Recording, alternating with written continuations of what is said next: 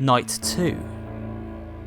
After I grabbed some dinner at McDonald's, I drove over to Freddy's. This time there was a vehicle just leaving. I didn't know who it was, and it wasn't the same car my boss had when he drove away last night. I shrugged it off and got out of my car. I unlocked the door and took a glance at the robots. They seemed to be looking at me, but I was facing head on with them and they were probably just left in that position.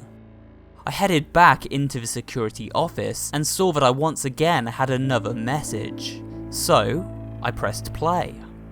Hello. Well, if you're hearing this, you made it to day 2. Congratulations.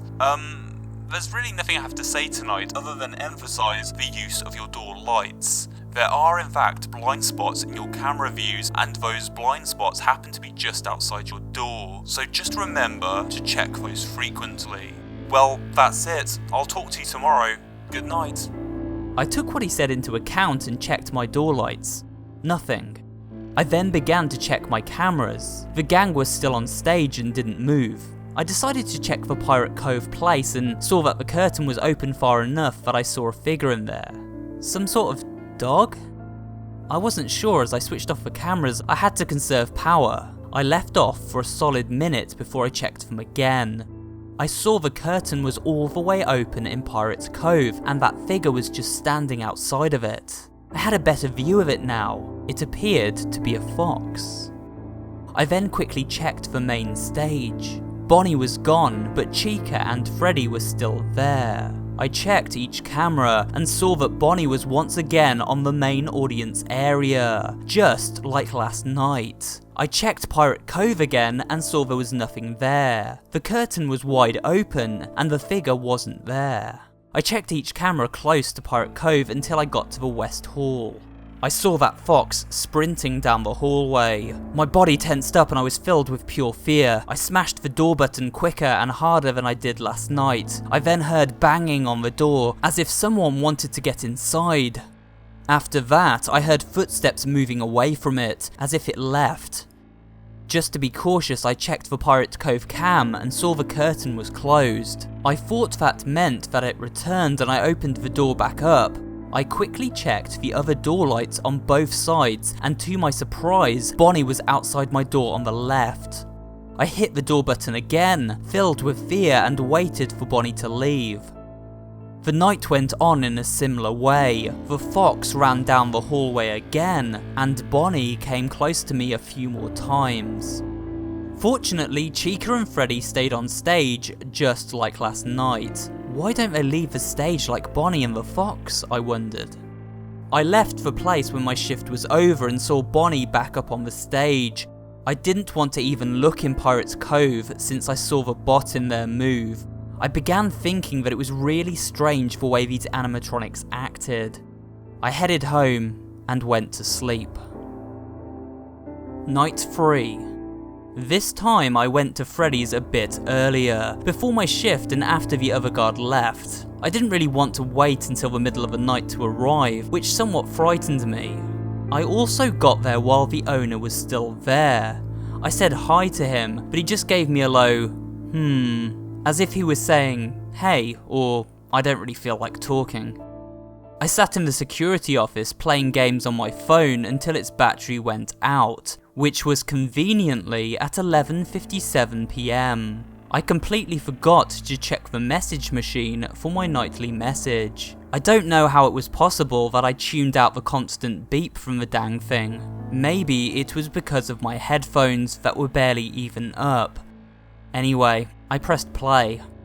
Hello? Wow, you made it to night 3. Great work. Most people don't make it this far. I mean, they move on to other things. I'm not implying they died. Yeah, I didn't mean that. I chuckled a bit when he said that. Now, I don't want to talk too much since Freddy and his pals become more active the further the week goes on. I should have told you that before, but I forgot, sorry. Just make sure you check those cameras while I talk, just to be safe. I began to check the cameras. Nothing. Everyone was in their proper spots. Also, here's a tip I just came up with. If any of the animatronics see you and you can't close the door in time, just play dead. Like, go limp. They'll probably think you're an empty costume. Then again, if you were an empty costume, they might try to put an exoskeleton onto you. don't know if that would work, but yeah, scratch that, just don't get caught. Alright, well anyway, I'm done here, so I'll see you on the flip side. The message ended. I checked the cameras again. They were all out. West Hall, East Hall, Pirate Cove, every single camera was out.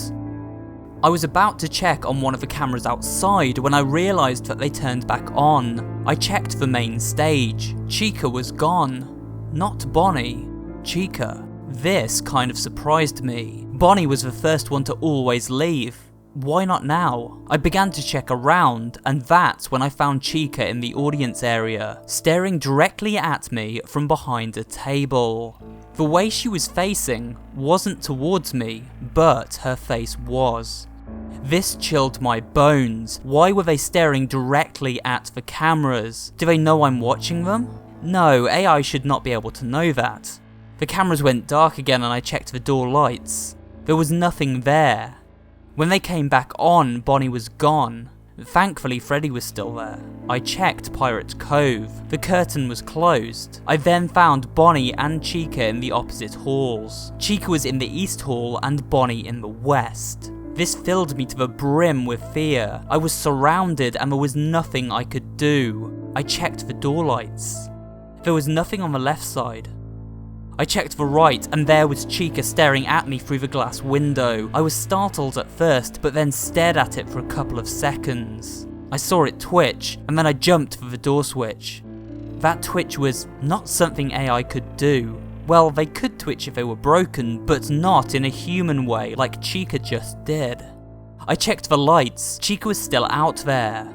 I checked the right, and there was Bonnie. I was more startled by Bonnie because I swear I saw his mouth move up and down, almost like he was eating.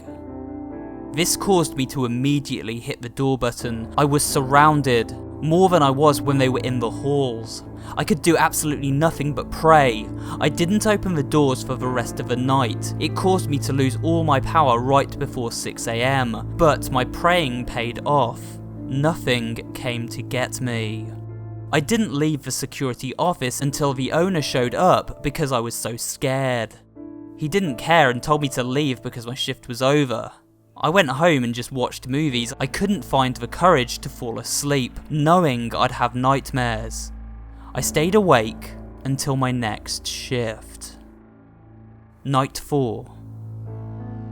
I got to the place at 11:50. As soon as I entered, I ran straight to the back of the building.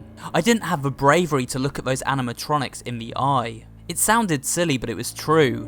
When I entered the office, it was very messy. There were some papers on the floor, the fan was flung across the room, and the camera screen had a small crack in it. Strange, I thought as I pressed the play button on the message machine. Hello? Wow, day 4. Good job. The man sounded dull and non-quirky. Also heard a banging sound in the message. I was beginning to get very creeped out. Hey, I may not be around to send any more messages. It's been a bad night here. I was beginning to wonder what exactly was going on and started getting a small sense of anxiety rising in my stomach. Hey, if you get the chance, can you check in on one of those suits in the back? It might be... The sound of a familiar tune cut him off. It was the tune that Freddy always used to play as part of his act. Could Freddy be doing something with this man? Oh no! He finished. The message kept going as I heard the sound of a man and some other thing scream, along with a very loud cracking sound. I was terrified, shocked with fear, and I could not move. What happened to him? Did he just die? That explained the place being a mess, but how did this happen? It sounded like something impossible. No computer-programmed creation could act like this, even if it was malfunctioning. I sat for an hour not looking at the cameras or door lights. I was too terrified to do anything.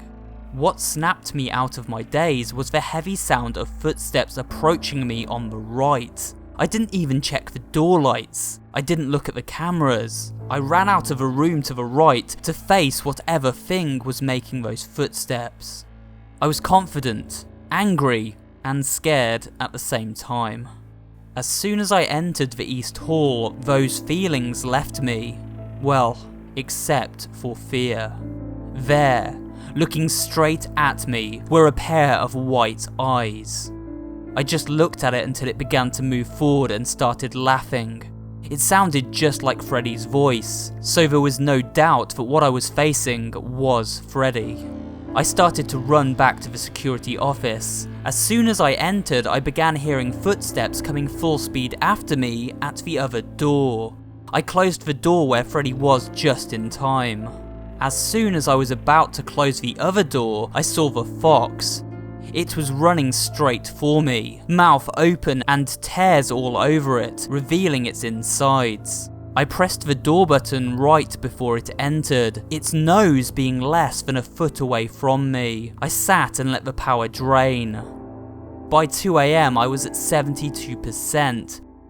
By 3 it was at 49%. At 4 it was at 28%.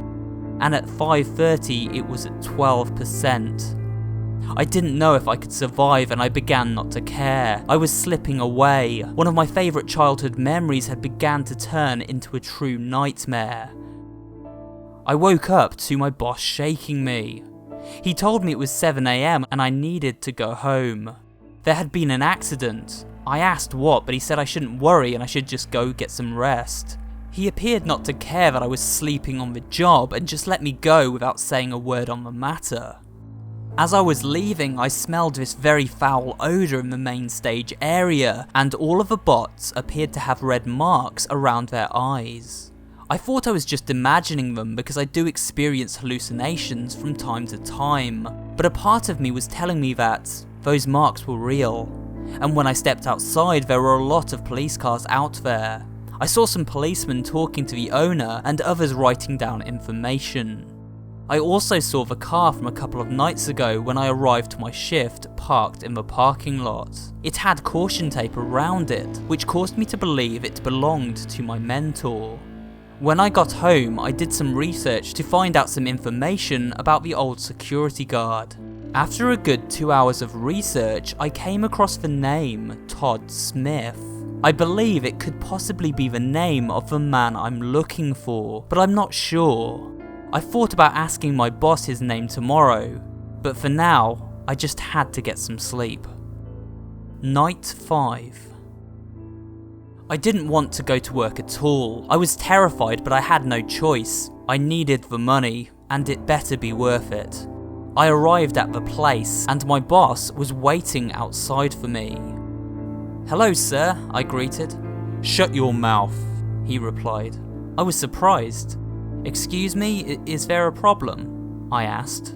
"Yeah, there is." He began moving towards me. "That old security guard, the guy whose job you took, he's dead," he finished. You're kidding, right? I asked. I knew he was dead, I just didn't want to believe it. "No, I ain't kidding. The funny thing is, you're the only person who could have been in here with him when it happened," he said. "What are you saying?" I questioned. "Oh, quit playing all innocent. You know that you killed him. I have no evidence other than you being here with him at the time of the incident, but I will find more evidence, and you will be locked up," he finished. "Sir, I can tell you that I have never even met the guy in person. I did not commit this crime," I replied. "Oh yeah, then who did it? An intruder? There were no signs of forced entry. The animatronics?